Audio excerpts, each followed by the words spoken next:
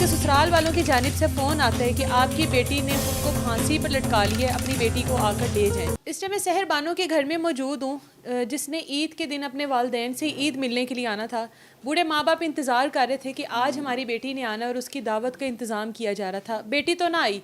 उसके ससुराल वालों की जानिब से फ़ोन आता है कि आपकी बेटी ने खुद को फांसी पर लटका लिया है, अपनी बेटी को आकर ले जाएं। अब ये क्या मामला है? ससुराल वालों के साथ ताल्लुकात किस तरह के थे? मियाँ बीवी के आपस में ताल्लुकात किस तरह से थे?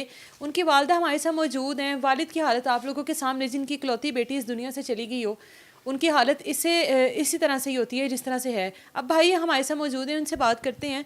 कितनी देर हो गई थी सहर की शादी को? तकरीबन 1.5 साल हो गया था। 1.5 साल। ये शादी अपनों में की हुई है आपने? नहीं, मेरे पास काम करवाने के लिए आता था। इतना मीठा बंदा मैंने दुनिया में नहीं देखा। इतना वो मीठा लड़का जिससे शादी हुई है, उसका बाप? सर है जो, अच्छा। इतना मीठा बंदा मैंने दुनिया में नहीं देखा। ऐसे ही कहता था कि इससे जैसा कोई अच्छा है ही नहीं है। कहता यार मैंने अपने बेटे की शादी करनी है। मैं कहा यार मेरे चाचू की बेटी की ना, वो भी ढूंढ रहे हैं, आप देख लें। उसके बाद मैं यही, मेरे पास अल्फाज नहीं है, मैं क्या कहूँ अभी। मेरा तो हाथ कांप रहे हैं। इतना मीठा, मैंने पूरे मोहल्लेदारों से, उनसे मेरी रिक्वेस्ट है कि इस बंदे पे यकीन ना करें। इतना मीठा बंदा मैंने दुनिया में नहीं देखा आज तक। इतना बगैरती की है इसने हमारे साथ। ताने करता था, बातें सुनाता था, यार हमें ये गाड़ी लेनी है, वो पैसे नहीं हैं, तो थोड़े चलो। बातों बातों में इशारे देता था कि यार ये जाके कहे। बस क्या कहूँ, हमारे वज़ीर आला से यही नहीं, जब अपील है। ये जो शहर है 1.5 साल तकरीबन रही है उनके साथ, 1.5 साल में शहर की जानिब से कभी कोई शिकायत नहीं आई सामने कि वो तंग है या परेशानी होती है उसको वहाँ पे? उन्होंने डराया इस तरह था कि वो बता नहीं सकती थी आगे। इस तरह टॉर्चर किया हुआ था उन्होंने। हर बात पे, यानी कि हर बात पे उसको ना ताने देना, ये खाना बनाया इसमें नमक कम है, इसमें ये नहीं है। आगे मुझे फ़ोन कर देना, यार ये अभी तक नीचे नहीं उतरे। 2-2 बजे तक उसका शौहर बाहर रहता था, 2-2 बजे तक जागती रहती थी। उसका जो बाप है ना, वो नहीं उसको जाने देता था, तंग करता था। यानी कि उनको 2 बजे आना है उसने, फिर उसको खाना वगैरह देना है। 3-4 बज जाते थे सोते सोते। शहर ने मेरे से की है बात कि 3-4 बज जाते हैं भाई, मैं कैसे 8-9 बजे नीचे आ जाऊँ।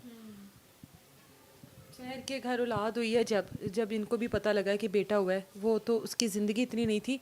उस टाइम भी इन लोगों की डिमांड्स थी कुछ? डिमांड्स बस यही थी, वो लड़की कहती थी आगे भाइयों को कि मुझे कुछ पैसे चाहिए, लेकिन साफ साफ नहीं बोल पा कुछ रही। पैसे मतलब 10 लाख तकरीबन?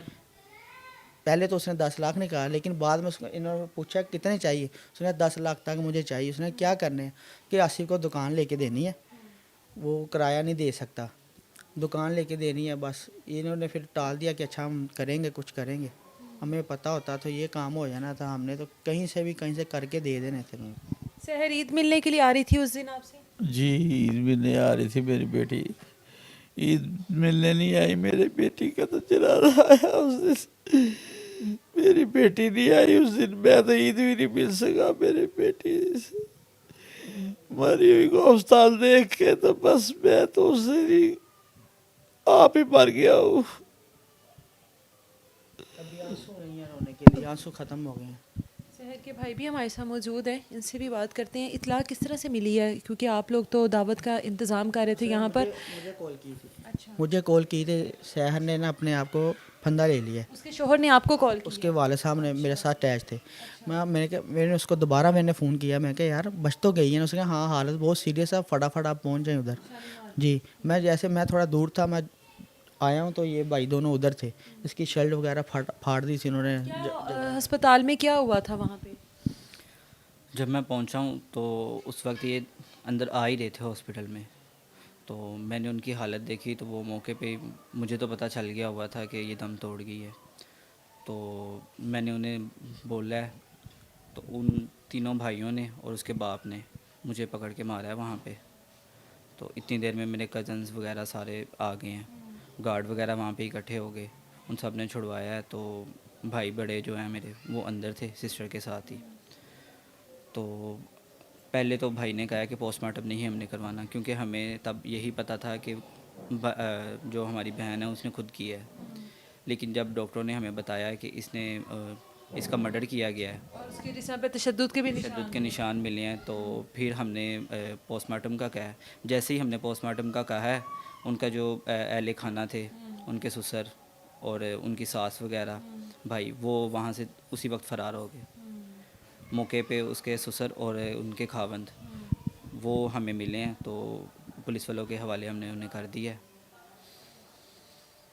बाकी बस हमारी हम तो यही कहना चाहेंगे पूरा मोहल्ला इन्हों से बाइकाट करे, ये जलील कानून बंदे सजा दे दे। मोहल्ले के बाइकआउट करने से क्या शहर नहीं वापस आ जाएगी?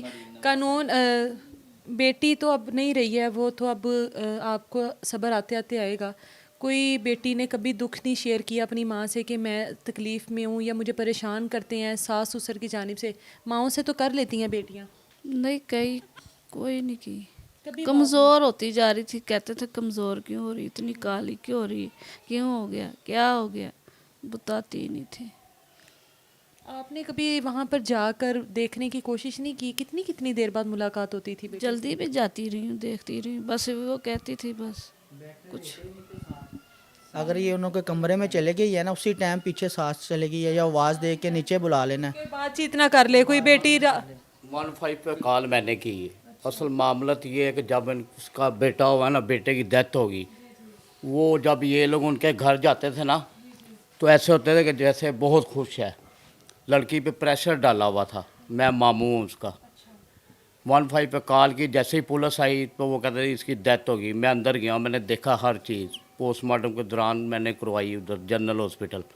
जब कहा पोस्टमार्टम करवाने लगे, फिर लड़ाई झगड़ा हो गया आपस में, वो लोग इनको मारने लगे, बहुत दंगा फसाद हो गया, लोग इकट्ठे हो गए सारी अवाम, पुलिस की गाड़ी ही अंदर बिठा दिया। मामला तो ये है कि उसने इधर आना था ईद के दूसरे दौरान, तो उन्होंने कहा उसने बच्चे ने अब इन्होंने मारा है उसको आने से पहले। बात कुछ ऐसी होगी कि उसने बच्ची ने कहा कि मैंने अब जाके घर बता देना, जो बात है मैंने जो दिल में रखी, जो होगा मैंने अब बता देना है। दूसरी पैसों की डिमांड की थी उन्होंने, 10 लाख की, 6-7 माह से चल रही थी। वो डायरेक्ट माँ को नहीं बोला, अम्मी अब्बू बीमार हैं, मैं कैसे कहूँ 10 लाख रुपया कम तो नहीं ना होता। तो ये वो अजियत देते रहे। आपसे अगर वो डिमांड कर लेती कि पैसों की इस तरह से डिमांड कर रहे हैं तो आप क्या पूरी कर देते? वो मैंने तो अपना बेच के पूरा कर देना था, वो उसने बताया मैंने नहीं, बेच के कर देना था पूरा, अपना मकान बेच देना था मैंने। माँ बाप तो कहते मुझे हैं, बताती ही नहीं, मुझे बताया ही नहीं उन्होंने। मेरी बेटी बता देती तो मैं अपना आप बेच देता।